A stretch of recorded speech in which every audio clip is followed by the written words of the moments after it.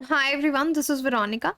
So today we are going to talk about Adaptation Gap Report 2022. बहुत important है, इसके बारे में हम डिटेल में पढ़ेंगे. लास्ट तक बने रहेंगे तो आपको मालूम रहेगा कि ये कितना इंपॉर्टेंट कॉन्सेप्ट है. बाकी आप मुझसे कनेक्ट कर सकते हैं टेलीग्राम पे, because I feel together we can make a huge difference.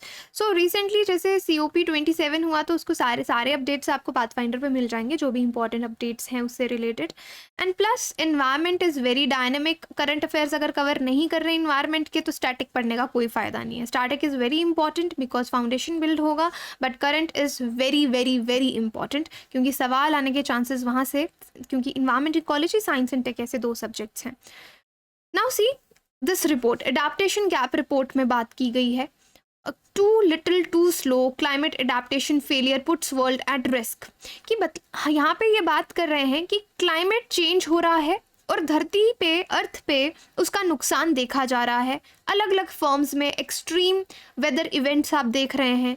लेकिन हमने जो एडाप्टेशन स्ट्रैटेजी बनाई कि इसको हम ठीक करेंगे, किस तरह से अडेप्ट करेंगे, वो ऑलमोस्ट हर चीज़ फेलियर, अनसक्सेसफुल रही है. हमें उसका फेलियर नज़र आया, जिससे हमने दुनिया को बहुत बड़े रिस्क में डाल दिया है. कि हमारे पास इतना टाइम था, क्योंकि जब हमने आइडेंटिफाई कर लिया था कि ये प्रॉब्लम्स होंगी और इनके ऐसे ऐसे कॉन्सिक्वेंसेस रहेंगे, हमने पाथ भी बना लिया कि हम इसको कैसे ठीक कर सकते हैं, लेकिन उस पाथ को हमने फॉलो नहीं किया.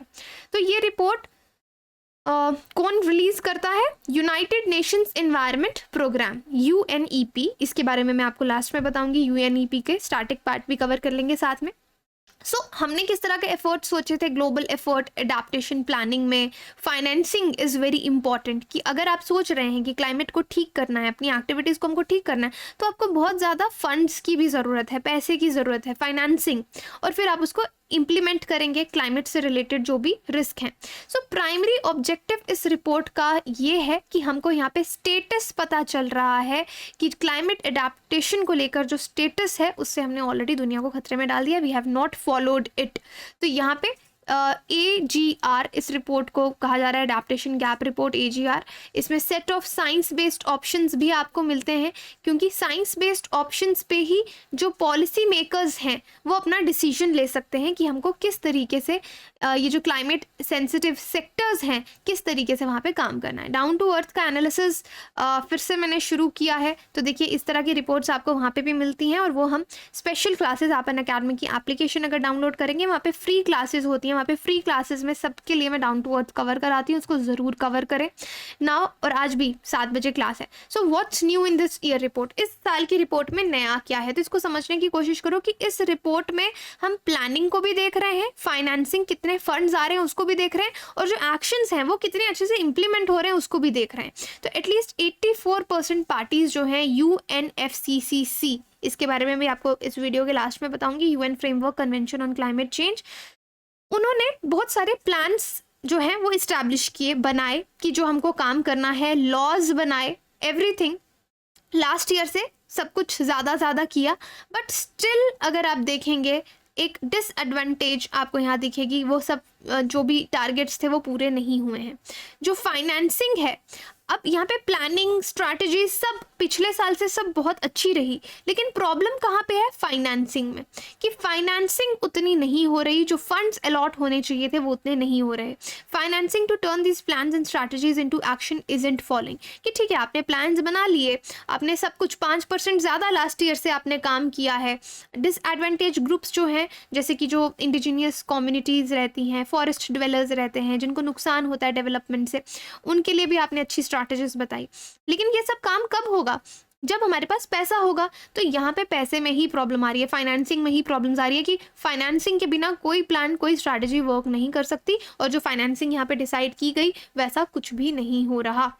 जितना अभी तक डिसाइड किया गया था कि जितना फंड्स यहाँ पे आने चाहिए, उससे 5 से 10 गुना कम ही आए हैं. तो जो गैप है वो बढ़ता जा रहा है, वो इंक्रीज होता जा रहा है. तो ये रिपोर्ट हमको ये बताती है. नाउ सी, इम्प्लीमेंटेशन जो है एडाप्टेशन एक्शंस के, उसका कॉन्सेंट्रेशन आपको कुछ सेक्टर्स में ज़्यादा दिखेगा, जैसे कि एग्रीकल्चर के सेक्टर में, water ecosystem, cross cutting sectors में वो इंक्रीज हो रहा है. लेकिन सपोर्ट जो है, जब तक एडाप्टेशन एक्शंस को सपोर्ट नहीं मिलेगा, पैसा नहीं मिलेगा, तो हम इन एक्शंस को इम्प्लीमेंट ग्राउंड रियलिटी पे नहीं कर पाएंगे। तो यही चीज़ इस पूरे रिपोर्ट में इन्होंने मेनली फोकस किया है।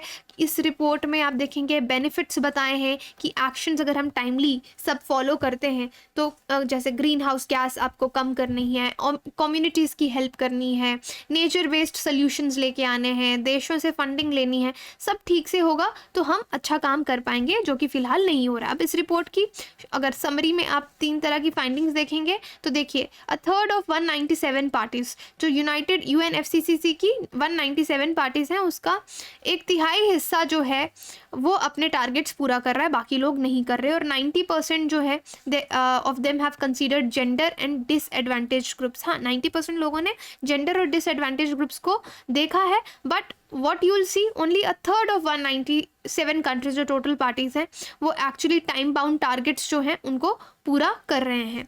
फिर फाइनेंसिंग की जहां बात करें तो मैंने आपको बताया 5 से 10 गुना कम ही आ रहा है, तो फाइनेंसिंग नहीं आएगी तो इम्प्लीमेंटेशन में बहुत ज़्यादा प्रॉब्लम आएगी।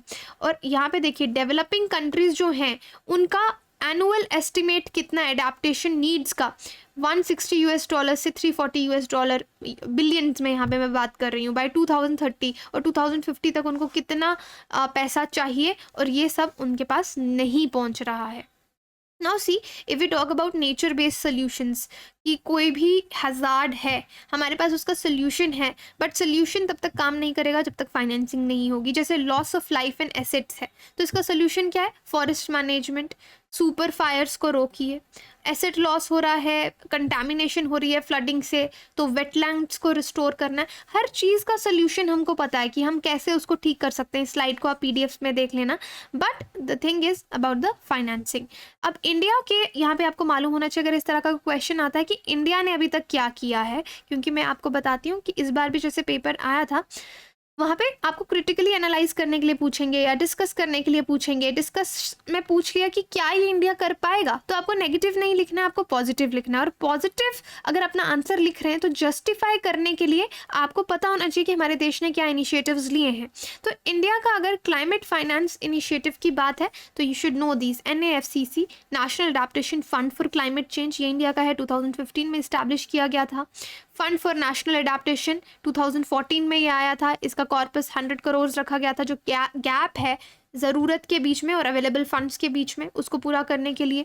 Then you can see we have national clean energy fund, इसको भी इस्टेब्लिश किया गया था कि क्लीन एनर्जी को हम प्रमोट करेंगे। इंटरमिनिस्ट्रियल ग्रुप्स इसको गवर्न करते हैं, फाइनेंस सेक्रेटरी इसको इसके हेड रहते हैं।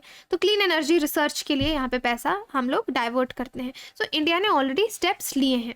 अब इस रिपोर्ट की रिकमेंडेशंस क्या हैं कि जो अडेप्टेशन है और मिटिगेशन है उसको लिंक करके देखो। अगर प्लानिंग कर रहे हो, फाइनेंस इज इंपॉर्टेंट, उसका implementation is also very important. और कोई ट्रेड ऑफ नहीं होना चाहिए। ट्रेड ऑफ का मतलब है कि एक चीज़ को सैक्रिफाइस करके, एक चीज़ को खराब करके आप दूसरी चीज़ पूरी कर रहे हैं, ऐसा भी मत करें, उसको बैलेंस करके चलिए। और पॉलिटिकल विल की बहुत ज़रूरत है ग्लोबल लीडर्स की। ये फंड्स जिन लोगों ने देने हैं, जो डिसाइड हुआ है, वो प्रॉपर चीज़ें चलते रहें। सो political will is important investment के लिए, और लॉन्ग टर्म इन्वेस्टमेंट्स की ज़रूरत है अगर हम इस एडाप्टेशन गैप को कम करना चाहते हैं, क्योंकि विद टाइम ये और ज़्यादा इंक्रीज़ होता रह रहा है, प्रॉब्लम्स बढ़ती जा रही हैं और पैसा और कम होता जा रहा है। तो गैप इज़ इंक्रीजिंग, इस गैप को हमको कम करना है, इन्वेस्टमेंट भी ज़्यादा करनी है जिससे इम्प्लीमेंटेशन होगी और हम क्लाइमेट चेंज को रिवर्स कर पाएंगे, right. So adaptation gap must be addressed in 4 critical ways. तो वे फॉरवर्ड आप बताएंगे, तो इसमें वे फॉरवर्ड क्या रहेगा कि फाइनेंसिंग, जो मैं आपको बार बार बोल रही हूँ, फाइनेंस फ्लो क्लाइमेट चेंज के लिए इंक्रीज करो, नए बिजनेस मॉडल्स लेके आओ, इस तरह के मॉडल्स लाओ कि लोग उसमें प्राइवेट भी इन्वेस्ट करें। क्लाइमेट रिस्क डेटा, तो अवेलेबिलिटी, जो क्लाइमेट से रिस्क होने वाला है, प्रॉब्लम होने वाला है, उसका डेटा और इन्फॉर्मेशन ज़्यादा से ज़्यादा अवेलेबल कराओ। और प्लानिंग जो है डेवलपिंग कंट्रीज़ के लिए भी करो जिनको बहुत ज़्यादा नुकसान होगा। अर्ली वार्निंग सिस्टम्स में इन्वेस्ट किया जाए, क्योंकि एक्सट्रीम वेदर इवेंट्स में बहुत जान और माल का नुकसान होता है। सी लेवल आपका इंक्रीज़ हो रहा है, so we need early warning systems also. So statics से कहाँ रिलेटेड है, जैसे मैंने आपको बताया, हमने UNEP को मेंशन किया, UNFCCC को मेंशन किया। UNEP के बारे में, ये एक इंटरनेशनल इन्वायरमेंटल अथॉरिटी है जो ग्लोबल इन्वायरमेंटल एजेंडा को प्रमोट करती है, हेडक्वार्टर नायरोबी में है, और मेजर रिपोर्ट्स कौन कौन सी रिपोर्ट्स आती हैं, so this is important prelims के लिए। Emission gap report, global environment outlook, frontiers, invest into healthy planet. Major campaigns इनकी beat pollution, UN 75, world environment day, wild for life etcetera, ये इनके major campaigns रहते हैं। Objective यही है कि UNEP है तो इन्वायरमेंट को, उसमें पार्टनरशिप कोलैबोरेशंस को इम्प्रूव करना है, क्वालिटी इम्प्रूव करनी है, फ्यूचर जनरेशंस के लिए सस्टेनेबिलिटी बनाए रखनी है। UNFCCC is UN framework convention on climate change, so ये 1992 में साइन किया गया था। लेट्स क्रैक UPSC में एक हमारा पूरा इन्वायरमेंट एंड इकोलॉजी का प्लेलिस्ट है, वहाँ पे हमने ये सब बहुत डिटेल में डिस्कस किया है। So India is only one of only few countries to have hosted, तो हमने UNFCC को भी होस्ट किया है, CBT को होस्ट किया है, and it came into force 1994 में, ये फोर्स में आया। 197 कंट्रीज ने इसको रेटिफाई किया है। सो पेरेंट ट्रीटी है ये पेरिस एग्रीमेंट, इसी के अंडर आपका आता है। पेरेंट ट्रीटी क्योटो प्रोटोकॉल के लिए भी यही है। So that is it. I hope ये आप इसको नोट डाउन करेंगे ये टॉपिक, क्योंकि बहुत इंपॉर्टेंट है कई तरीक़ों से एग्ज़ाम में आने के लिए। So you can crack UPSC with us, best educators India के आपको यहाँ पे पढ़ा रहे हैं।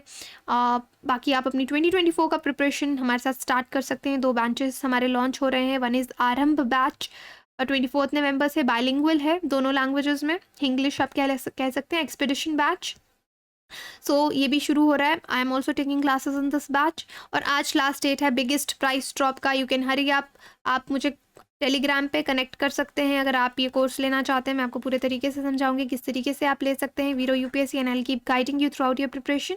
EMI पे भी ले सकते हैं, और इंटरव्यू गाइडेंस प्रोग्राम चल रहा है। जिन लोगों का मेंस क्लियर है वो फ्री इसको ज्वाइन कर सकते हैं। I hope you are competing and learning. Thank you so much.